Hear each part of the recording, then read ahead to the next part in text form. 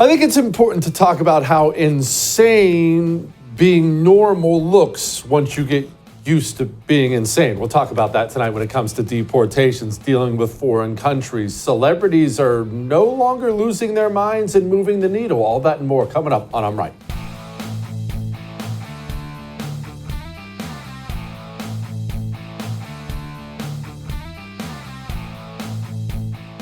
Let's talk about sanity, insanity, nations, leaders, the things we want. Because as of right now, things are going very, very well, to put it mildly, under the Trump administration. Deportations are happening. We'll get to what happened with Colombia in a few and in the foreign countries. But before we get to that, let's just talk about something, because there's something we're all probably guilty of to some degree. I know I am. We're all products of our environment, are we not? Of the society we live in, of the people who surround us, not just on a macro level, just on a local level. We're products of our parents, of our friends, family. It's the way it is. And so there can, in the human mind, you can get to this place where you accept something as being normal that is in no way at all normal or okay. And this is part of how human beings stay sane, right? Because if you're locked up in prison or something horrible, your mind has to adjust to that new normal. Otherwise, you'd freaking lose your mind. You go insane. So let's talk about where we are here as a country. More specifically, where we have been.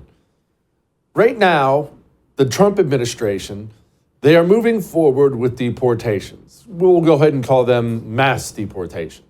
Tom Homan continues his press offensive as they go through this, and he's making it pretty clear they're not going to stop. I want to go back to those military flights going south. As you said, we have never seen that before. Is that going to be a constant commitment from the U.S. military every single day to take deportees out? Yes. So is this what we will see every single day, ending in what the president has promised is millions and millions being deported? Yes. But you can see the numbers steadily increase, the number of arrests nationwide, as we open up the aperture. The estimates of perhaps those who have been convicted or arrested in the past, 700,000 to over 1 million. So after you do that, then you go after everybody who is there illegally. If you're in the country illegally, you're on the table. Now, that clip, you've probably already seen it. It's been making the rounds. Whoa, my gosh, what a change. Most people like me, like you, were celebrating it. Yes, thank goodness. What a change. Things are different.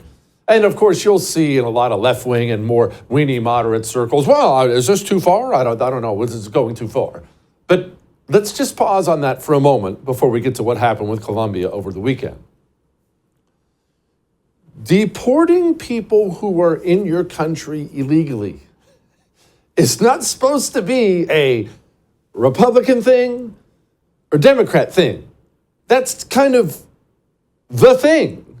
That's part of leading a country. That's part of protecting a nation.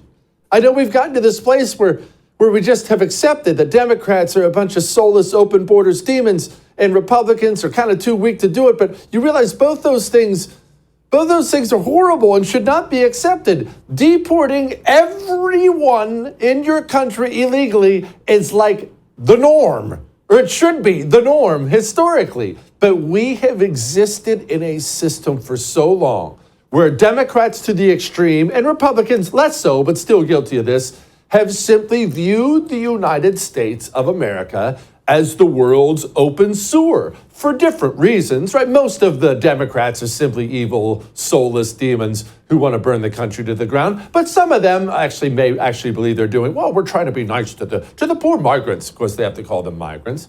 And Republicans, oftentimes just as soulless and evil and wrong. Well, I mean, we could deport the people and secure the border, but we want those Chamber of Commerce dollars coming in. We need the cheap dishwashers. So they do the exact same thing, but the normal state of affairs for your country and for my country should be deport illegals.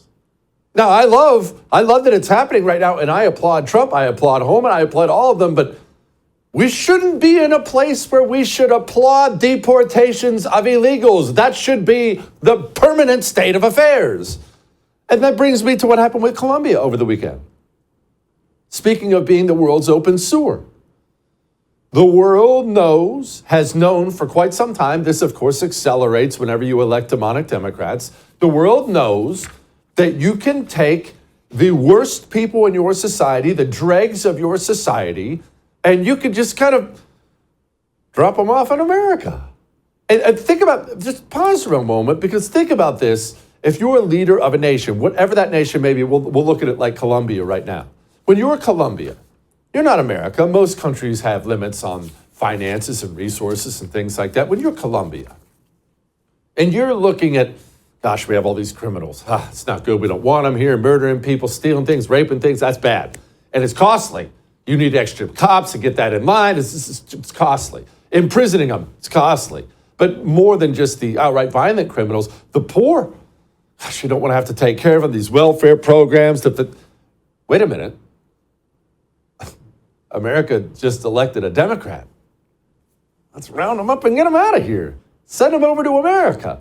Well, what you're doing is you're unburdening the budget, the resources of your country. Imagine if every social setting you could get in, that you could find yourself in, where you could take the bottom 5% of losers in that setting and shove them out the door, how much better it would be. Because it's always the bottom 5% ruins it for everybody. Well, the world, not just Colombia, has just gotten used to, well, that's what we do. Oh, got a bunch of people, send them to America. Oh, Joe Biden got elected? That loser probably gave him an app where they can get in, and of course he did. And so this has been the permanent state of affairs for the world for as long as I've really been alive. Republican and Democrat, of course. Democrats are worse, but I'll just send them to America. Well, Trump came out over the weekend, starts sending people back. Colombia's president says no, and he refuses 2 flights of his own people coming back. Now, again, this goes to, was the Trump response right-wing, too far, or what should be the norm? Trump said, excuse me? You're refusing your own people coming back? Okay, I tell you what, here's some tariffs, and we're going to shatter your country economically if you refuse to take your people back. In fact, we're going to increase the tariffs if this continues. And I'm not even making this up for television. I think it was like 2 hours. It was within 2 hours, Colombia announces, oh, by the way, we're sending the plane to get our people back. We want them to come back nicely. Thank you, President Trump. I appreciate you very much. And everyone's praising Trump. And honestly, he deserves all the credit in the world and praise, but that's how your president should always act. Even if you have policy disagreements with your president, Republican, Democrat, whatever, because he's the American president, that's how he should conduct himself at all times. But because we have for so long suffered under presidents who believe America should be the world's open sewer, we look at one that actually fights for us and we think to ourselves, whoa, this is wild. I've never seen anything like it. And you know what that really is? That's an indictment on all the ones that came before him. That's really what that is. Trump went to the World Economic Forum and spoke like this, and we all celebrated it. I did too, but this is how your president should talk. America is back and open for business. One thing we're going to be demanding is we're going to be demanding respect from other nations. We just want to be treated fairly with other nations because there's hardly a nation in the world, and I blame this on us, and I blame it on politicians that, for some reason, mostly it's stupidity, but you could also say other reasons, but mostly stupidity. They've allowed other nations to take advantage of the U.S., and we can't allow that to happen anymore. It's treated as radical. That's crazy. That's how your president should speak about you, no matter his party affiliation. It's crazy that what we're seeing right now is considered crazy. That's what's nuts. And of course, it doesn't hurt to juxtapose that with what just left. Remember, this is what happens now Every time America makes the horrible mistake of electing an America-hating Democrat, they go overseas and they apologize for you. We immediately rejoined the Paris Agreement. We convened major climate summits and reestablished. I apologize we ever pulled out of the agreement. I apologize. American presidents going on foreign soil to apologize.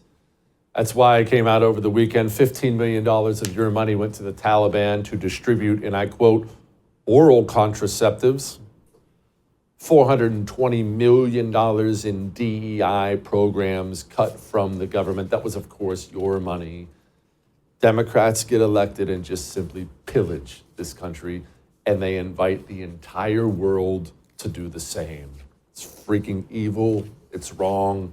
And at least for 4 years, let's thank God that it stopped, or at least paused. All that may have made you uncomfortable, but I am right. I would thank you for coming to my YouTube channel, but I know how brilliant